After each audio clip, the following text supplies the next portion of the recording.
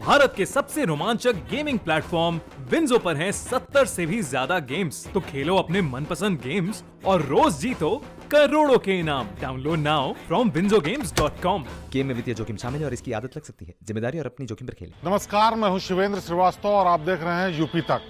UP तक में आज मुद्दे की बात यह कि उत्तर प्रदेश सरकार ने जिन नेताओं के खिलाफ दंगा भड़काने के मामले में कहा था कि वो मुकदमे वापस ले रही है, उसको अब अदालत ने भी मान लिया है।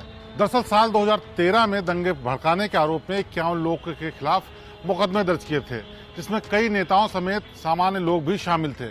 उनको लेकर के सरकार पहले ही साफ कर चुकी है कि ये राजनीतिक मुकदमे थे, इसलिए इनको सरकार वापस लेगी। इसमें चर्चित नाम सुरेश राणा, जो कि आज की तारीख में गन्ना मंत्री हैं, संगीत सोम, जो कि फायर ब्रांड बीजेपी के नेता हैं, इसके अलावा साध्वी प्राची समेत 51 लोग ऐसे थे जिनके खिलाफ मुकदमे दर्ज किए गए थे।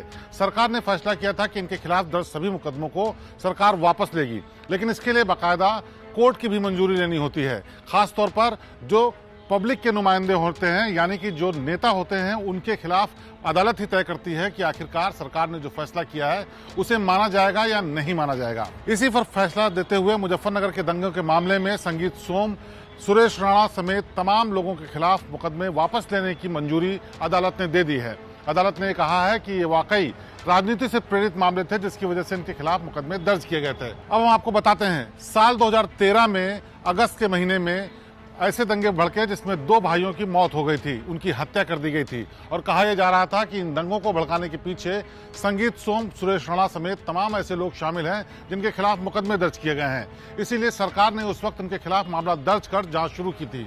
कुछ लोगों की गिरफ्तारी भी हुई थी, लेकिन बाद में उन्हें जमानत मिल गई थी। लेकिन जब 2017 में बीजेपी की सरकार आई तो उन्होंने कहा कि ऐसे मुकदमे जो राजनीति से प्रेरित होकर के दर्ज किए गए हैं, उन्हें सरकार वापस लेगी। इस बात को लेकर के राजीव बाल्यान, जो कि बीजेपी के नेता हैं और उनके खिलाफ भी मुकदमा था, उन्होंने एक डेलीगेशन के साथ योगी आदित्यनाथ, मुख्यमंत्री उत्तर प्रदेश से मुलाकात की और उनसे गुजारिश की कि इन लोगों के नाम के आगे मुकदमे जो दर्ज हैं उन्हें वापस लिया जाए। उसके बाद सरकार ने कवायद शुरू की थी। साल 2017 में सरकार आने के बाद ये डेलीगेशन कई बार मुख्यमंत्री योगी आदित्यनाथ से गुजारिश कर चुका था कि इन मुकदमों को वापस लिया जाए। हाल ही के दिनों में सरकार ने यह फैसला लिया कि इसमें तमाम मुकदमे जो कि राजनीति से प्रेरित हैं उन्हें वापस लिया जाएगा और इन सब दावों के साथ सरकार अदालत में गई।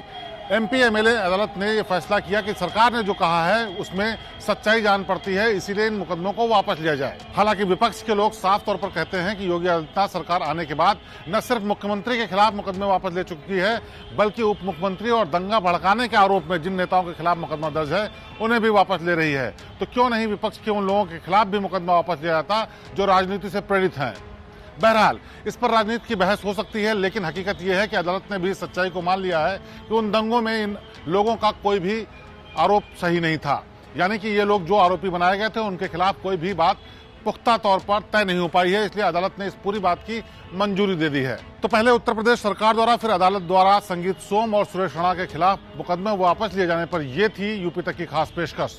प्रदेश की बाकी ताज़ा और बेहतरीन खबरों के लिए आप देखते रहिए यूपी तक। आपसे फिर होगी।